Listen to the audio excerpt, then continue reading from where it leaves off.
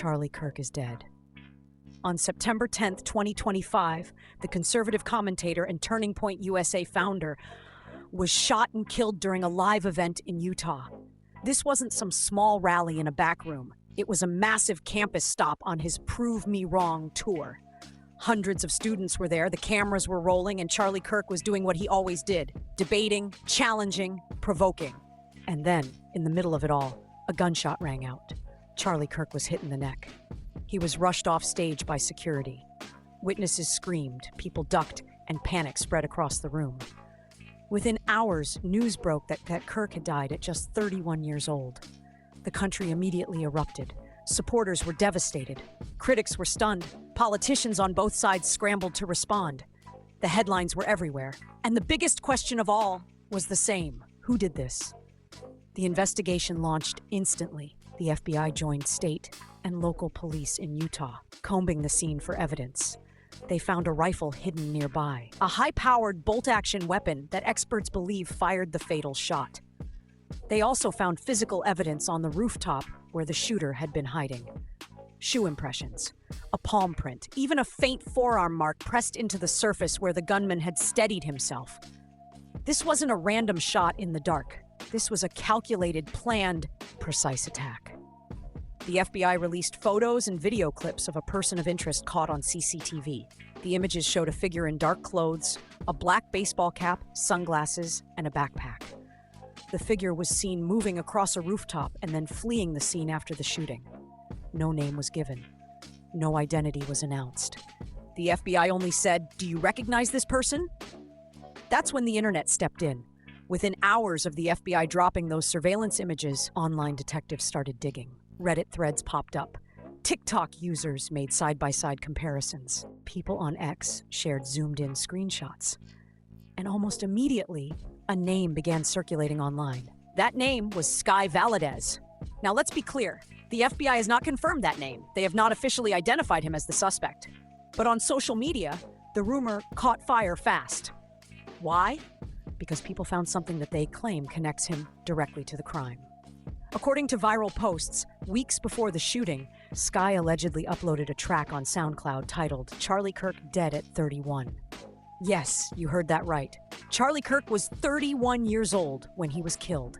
And weeks before it happened, there was supposedly a music track floating online with that exact title.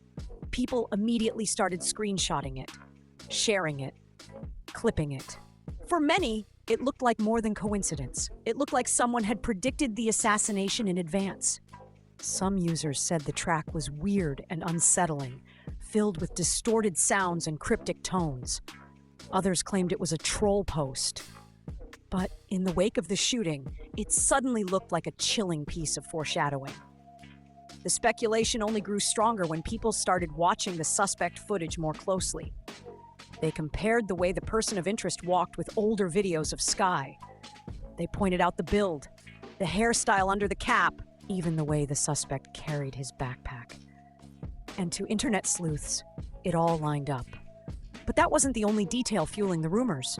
After the FBI released their images, people claimed Sky's online account started changing. Some said his profiles disappeared or were wiped. Others claimed he changed his display names and left cryptic posts like, "Leave me alone," or "It's already done."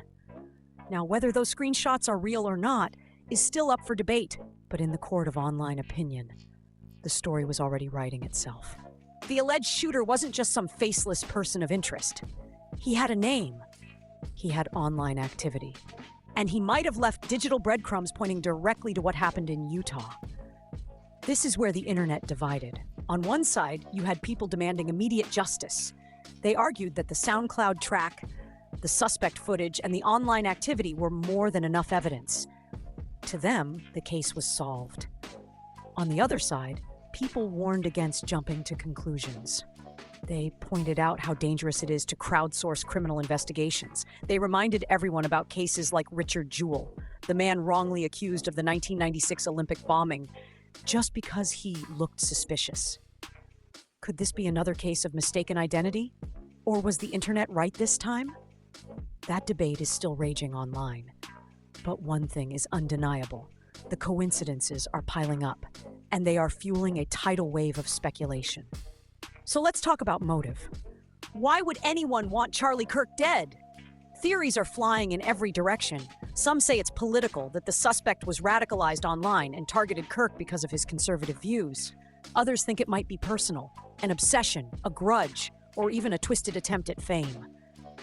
And then there are the darker theories, that this wasn't one man acting alone, but part of something bigger, a group, a movement, or even a staged hit designed to send a message. No matter which theory you look at, the SoundCloud track keeps coming up as the most chilling piece of evidence. If it really was uploaded weeks before the shooting, then what was it meant to be? A joke? A warning? Or a digital calling card left behind on purpose? The FBI, for their part, is still calling him just a person of interest. They're being extremely careful not to confirm anything they can't prove yet. But behind the scenes, this is now one of the most high-profile investigations in the country. Thousands of tips have poured in, over 7,000 so far. The reward for information is at $100,000 and counting. And every day, the internet is building its own case in real time, with Sky Valadez's name sitting right in the middle of it all. The reactions online have been explosive. Some people are horrified, saying this proves how dangerous political polarization has become in America. Others are mocking the situation, turning the SoundCloud rumors into memes. And then there are the conspiracy theorists, who are convinced the story goes much deeper than what's being reported. Some think the rifle found in the woods was planted. Others believe the shooter had inside help getting onto the rooftop.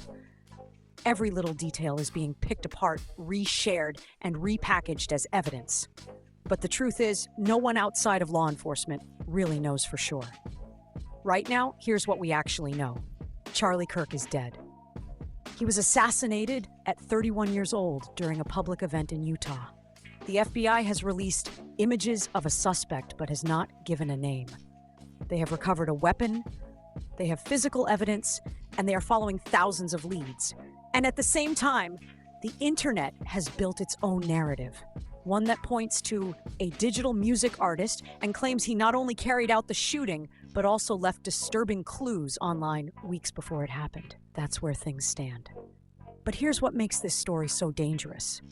Once a name starts spreading online, it sticks forever. Whether or not the suspect is guilty, his name is now burned into the public conversation. That's the power of the internet. It doesn't wait for proof. It doesn't wait for trials. It decides. And once the mob decides, it's almost impossible to pull that name back. So if this is true, if the internet really did unmask Charlie Kirk's assassin, then the world is about to learn a whole lot more about the man behind the rifle. And if it's not true, then someone's life has already been destroyed by rumors. Either way, this case is about to get even darker. So the question remains, who really killed Charlie Kirk? Was it the suspect in those CCTV clips, the man the FBI is chasing right now? Was it the person the internet is pointing fingers at? Or is the real truth something nobody has even considered yet? Because until there's an arrest, until there's a trial, and until we see hard evidence, the entire story is just speculation stacked on top of speculation. And that speculation is exactly what's keeping this case in the spotlight. We've laid out the timeline, the shooting, the official investigation, the suspect caught on camera, the rifle, the evidence. We've gone through the rumors, the SoundCloud track, the online activity, the digital fingerprints, the name that everyone online is whispering. But the biggest questions are still unanswered. What was the motive? Was this political, personal, or something else entirely? And what happens next? That's what the FBI is trying to nail down. And that's what the internet is obsessed with. One theory says this was purely political, that the shooter hated Charlie Kirk's views and wanted to silence him. Kirk was one of the loudest conservative voices in the country. He was controversial. He had enemies. He was the type of figure who could inspire both diehard supporters and passionate haters. So for many, motive number one is simple: political rage. But not everyone buys that. Some say this wasn't about politics at all. Instead, it was personal. There are rumors floating around that the suspect may have been in Utah for weeks. People online claim he was spotted in the area, watching, planning. If that's true, then this wasn't just about ideology. It was about obsession. A man with a grudge, a man who wanted attention, a man who wanted to make a statement no matter the cost.